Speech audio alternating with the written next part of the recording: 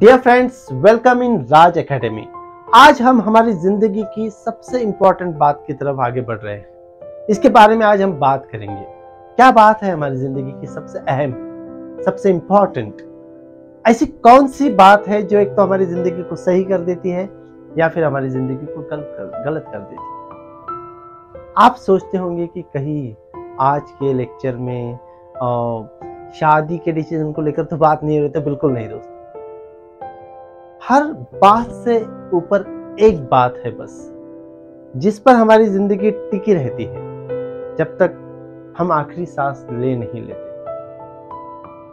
और वो बात यह है कि हम हमारे जिंदगी में कौन से काम को चुनते हैं, हम क्या काम करते हैं, क्या काम करना चाहते हैं। ये दोनों बातें बिल्कुल अलग है। हम जो काम करते हैं बहुत बार हम उसको नहीं चाहते, और हम जो काम करना चाहते हैं वो काम बहुत बार हमें नहीं मिलता है। मैं आपको एक बात बताना चाहूंगा। जिंदगी एक आर्ट है और आर्ट ये एक जिंदगी है। अब जिंदगी क्या है मैं इसके बारे में फिर कभी आपसे बात करूंगा, लेकिन आज हम आर्ट के बारे में बात करेंगे, क्योंकि इसी आर्ट में हमारी जिंदगी से जुड़ी हुई हर बात छुपी है। तो what is an art? Art क्या है? आर्ट का एक बहुत ही डेफिनेशनल जो स्ट्रक्चर है वो कुछ ऐसे चलता है कि आर्ट स्किल और हमारे एक्सप्रेशन का संगम होता है। जो स्किल्स हमारे अंदर होते हैं, जो इंट्यूशन हमारे अंदर होती है, इन स्किल्स और इस स्किल्स को हम जिस तरीके से जाहिर करते हैं, बताते हैं, एक्सप्रेस करते हैं, इसे कहते हैं एक्सप्रेशन ऑफ द स्किल। तो स्किल और एक्सप्रेशन के संगम से बनता है आर्ट। और यह एक्सप्रेशन हमेशा विजुअल होना चाहिए, ऐसा माना जाता है। इसका विजुअलाइजेशन होना बहुत जरूरी माना जाता है। इस विजुअलाइजेशन के होने को कभी पेंटिंग में देखा जाता है, कभी संगीत में देखा जाता है। संगीत सुनने वाली बात है, लेकिन हम इसको विजुअलाइज कर सकते हैं। कभी स्कल्पचर्स में देखा जाता है, कभी बिल्डिंग्स में देखा जाता है, कभी बहुत सारी जो बातें दुनिया में आई है उनको बनाने में इंसानों ने जो अपनी क्षमताओं का, अपने स्किल्स का, उस स्किल्स के एक्सप्रेशंस को यूज करने का जो हौसला दिखाया है, जिससे दुनिया बेटर बन चुकी है। इसी बात को समझने के लिए बहुत जरूरी है कि जब ये बात विजुअलाइज हो जाती है तो दुनिया इन बातों को देखती है और सराहना करती है, तारीफ करती है। तारीफ दो बातों की होती है। इस आर्ट में छुपे हुए ब्यूटी की तारीफ होती है, और साथ ही साथ जिस खूबसूरती के साथ, जिस लगन के साथ उस आर्टिस्ट ने उस बात को अंजाम दिया है, उस शख्स ने उस बात को अंजाम दिया है, उस इमोशनल पावर के लिए भी तारीफ मिलती है, अपलॉड होता है। तो ये बहुत जरूरी है कि आर्ट में स्किल होता है, स्किल को एक्सप्रेशन का साथ मिल जाता है, जिससे चीजें विजुअलाइज हो जाती है, और विजुअलाइजेशन होने की वजह से दुनिया में हम तारीफ बटोर सकते हैं। इसी का मतलब यह है कि हम वो काम करें जिसमें हमें स्किल हासिल है, और उस स्किल को बताने का एक प्रेजेंटेशन का हमारा तरीका भी है। तो ये जो आर्ट है और ये जिंदगी एक बन जाते हैं। और बहुत बार हमारी जिंदगी की प्रॉब्लम ही ये है कि हम जो चाहते हैं, जो हमारे स्किल्स है, जो हमारे एक्सप्रेशंस है, जो हमारी ब्यूटी की तरफ देखने का एक नजरिया है, जो हमारे इमोशनल पावर है, इस बात को हम ठीक तरीके से हमारे काम में अंजाम न देने की वजह से बहुत बार हमें काम तो मिल जाता है, लेकिन उस काम में हम खुश नहीं रहते हैं। तो हम सिर्फ जॉब करते हैं, Monday to Sunday, Monday to Saturday हम जॉब्स किए जाते हैं, लेकिन हम काम नहीं कर पाते।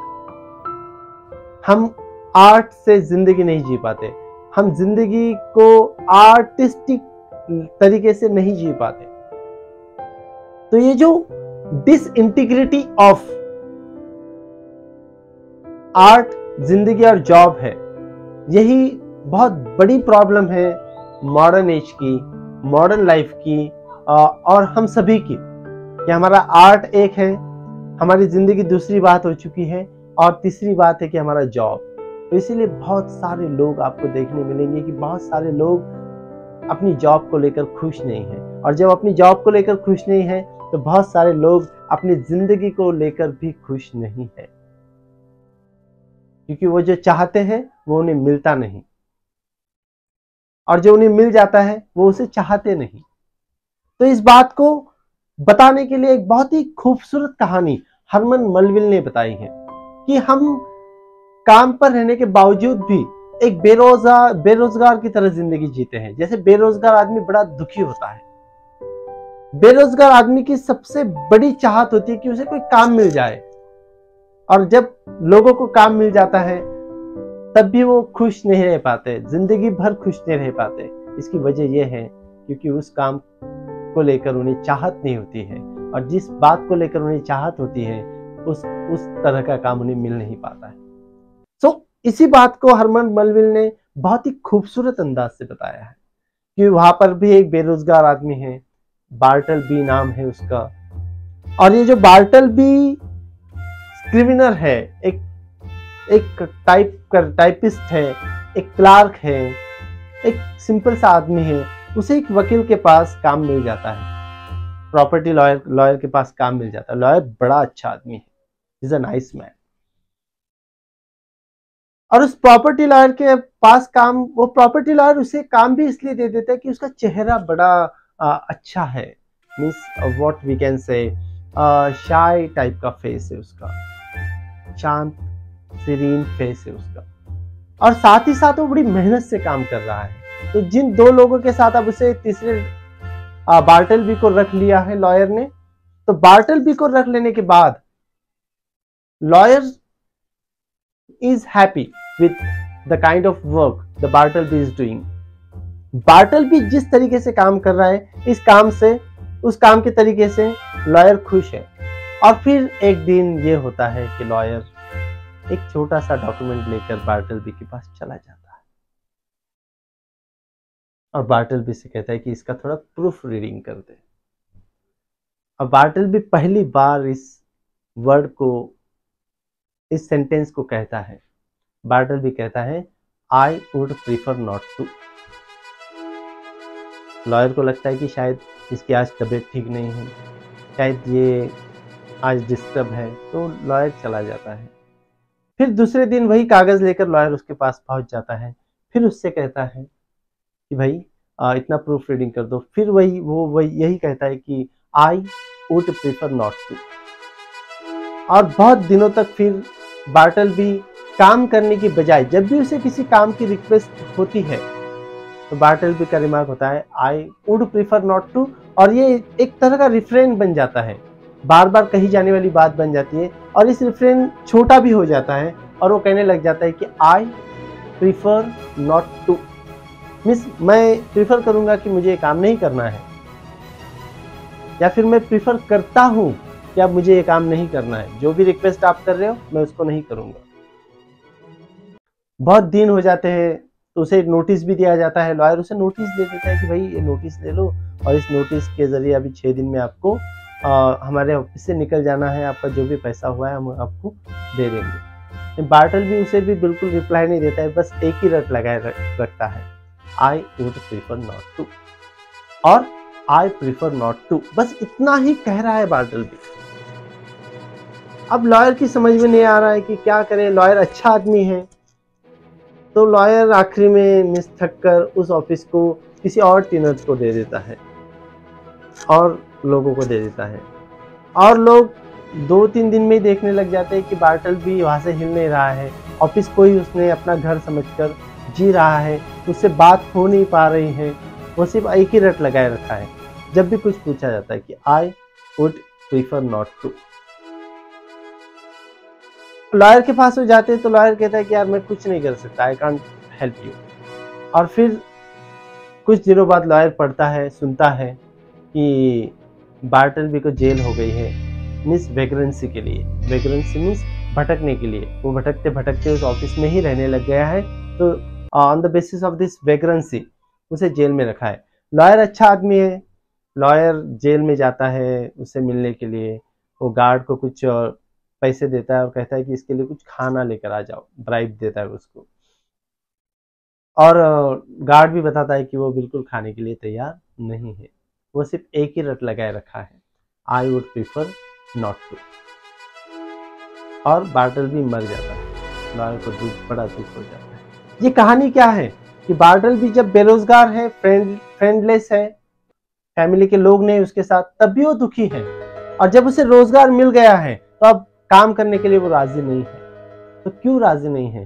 क्योंकि बार्टलबी की कहानी एक अलग लेवल पर, एक अलग लेवल ऑफ इंटरप्रिटेशन पर जब जाकर हम सोचते हैं तो बार्टलबी की कहानी हमें बताती है कि बार्टलबी काम के लिए बिल्कुल राजी इसलिए नहीं है क्योंकि उसे लगता है कि उसका काम और उसका जो इंट्यूशन है, जो उसका अनकॉन्शियस माइंड है, या जो वो करना चाहता है, जिस टाइप का काम करना चाहता है, ये काम उसके काबिल नहीं है, या फिर ये समाज उसके काबिल नहीं है, या फिर ये दुनिया उसके काबिल नहीं है। Herman Melville is a very wonderful author actually, जो बहुत ज़्यादा आइसोलेशन की बातें करते हैं, समाज की बातें करते हैं, समाज और कैरेक्टर के बीच के टकराव को दिखाते हैं। इसमें बार्टलबी की कहानी हम सिर्फ हमारे जॉब को लेकर देखेंगे, बार्टलबी की कहानी हम हमारे आर्ट को लेकर देखेंगे, हमारी जिंदगी को लेकर देखेंगे, और जो तीनों में जो डिसइंटीग्रेशन है, और इस डिसइंटीग्रेशन की वजह से हमारी जिंदगी में जो परेशानी आ चुकी है, इस परेशानी को अगर आप निकालना चाहते हो तो बहुत जरूरी है जो लोग अभी करियर के लिए आगे बढ़ रहे हैं वो जान ले कि वो सही मायने में क्या काम करना चाहते हैं। जो पेरेंट्स अपने बच्चों को किसी करियर में डालना चाहते हैं, धकेलना चाहते हैं, वो अपने बच्चों से बात करें और उनसे पूछे कि वो एक्चुअली करना क्या चाहते हैं, वरना एक रट लगा रहेगा और बच्चे मशीन की तरह काम करते रह जाएंगे और फ्रस्ट्रेशंस, डिप्रेशंस, डिसअपॉइंटमेंट्स, ये सारी बातों से वो हमेशा घिरे रह जाएंगे। तो बहुत इम्पॉर्टेंट हो जाता है हम सबके लिए ये देखना कि हमारा जॉब, हमारी जिंदगी और हमारा आर्ट, इसमें एक तरह की इंटीग्रिटी हो, और ये पॉसिबल है। छोटी से छोटी स्किल्स जो आपको आती है, उस स्किल में अपने आप को झोंक देना इमोशनली, और उससे कुछ क्रिएट करना, पैदा कर देना, और ये पैदा होने के बाद पूरी दुनिया जब इसे सराहने लग जाती है, जो भी आपकी छोटी बड़ी दुनिया है, तो इस सराहना जब मिलने लग जाती है, तारीफ जब मिलने लग जाती है, तब हमें पता चलता है कि जिंदगी बेहतर है, क्योंकि हर कोई तारीफ चाहता है, हर कोई चाहता है कि बात अच्छी बने। तो this way we can think in terms of the integrity of this art, this life and our job as such, and we shall be happy. हम खुश रहेंगे, क्योंकि ultimate goal of human life is to be happy. हम खुश होना, खुश रहना, खुश रखना चाहते हैं, और इसके लिए बहुत ज़रूरी है कि अगर आपको सही ढंग का काम मिलता है, सही ढंग के काम के लिए अगर आप डिसीजन लेते हो, तो जिंदगी इज वंडरफुल थिंग। अदरवाइज एक रट लगा रहेगा, मंडे टू सैटरडे, संडे के दिन छुट्टी, फिर Monday to Saturday. So wish you all the best for choosing a right job for yourself. जो भी एस्पिरेंट्स हैं, जॉब की तरफ बढ़ रहे हैं, और पेरेंट्स से खास करके ये बात मैं कहना चाहूँगा कि अपने बच्चों से उनके स्किल्स को लेकर, उनकी इंट्यूशन को लेकर, उनकी इसेंस को लेकर बात करें और उन्हें करियर चुनने का पूरा मौका दें। Thank you very much. If you like our channel, please don't forget to subscribe it and press the bell icon, because आगे बहुत सारी कहानियाँ, बहुत सारी बातें हम करने वाले हैं। Thank you very much.